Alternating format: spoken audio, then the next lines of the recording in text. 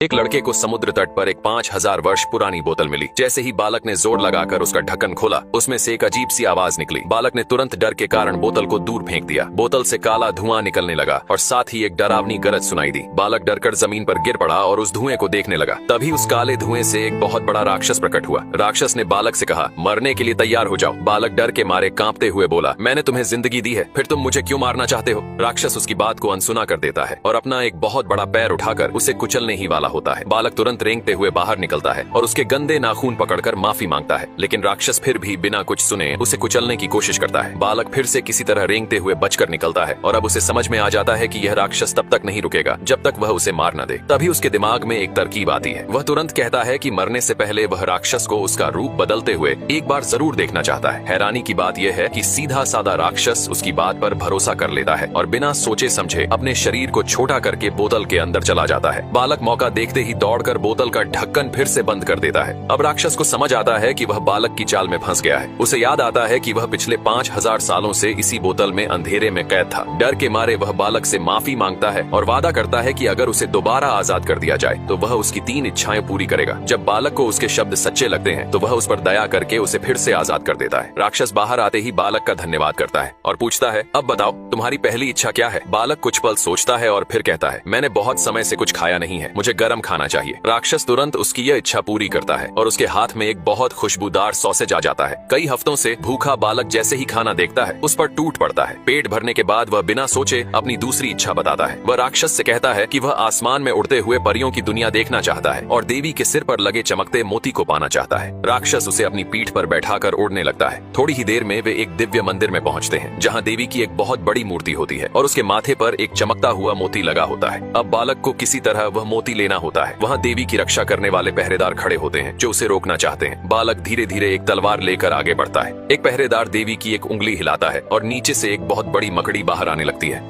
एक आदमी 2 जलती हुई अगरबत्तियों के बीच खड़ा था। उसके गुरु ने एक मोमबत्ती ली और उसे तेजी से हिलाते हुए कहा, तेरी आंखें सिर्फ इसी को देखेंगी। धीरे धीरे गुरु ने मोमबत्ती को तेजी से हिलाना शुरू किया, लेकिन आदमी की आंखों के साथ साथ उसका सिर भी खुद ब खुद हिलने लगा और वो अगरबत्तियों से जल गया। गुरु ने गंभीर होकर कहा, फिर से कोशिश कर। उस दिन के बाद आदमी रोज वहां आकर अभ्यास करने लगा। करीब आधे महीने में उसकी आंखों की गति तेज हो गई और अब वो जब चाहे तब उन्हें रोक सकता था। अब गुरु ने मोमबत्ती हिलाई और कहा, इस बार उस लकड़ी के खंभे पर वार करना जो रोशनी को लौटा रहा है। इस अभ्यास का मकसद था अगर कहीं से कोई छिपा हथियार आए तो वो तुरंत पलटवार कर सके। कुछ ही दिनों में आदमी ने यह हुनर भी सीख लिया। गुरु बेहद खुश हुए और उसकी तारीफ की। अब उसे ताकतवर बनाने की बारी थी। हर रोज उसकी बाहों में 2 छुरियां लटकाई जाती और उसे 2 भारी बाल्टियों में पानी भरकर एक ऊंची चढ़ाई चढ़नी होती जहां ऊपर एक गड्ढा था। अगर उसकी ताकत जवाब दे जाती तो छुरियां उसे घायल कर देती। 3 महीने के कठोर अभ्यास के बाद वह न केवल यह काम आसानी से करने लगा बल्कि दूसरों की भी मदद करने लगा। अब गुरु ने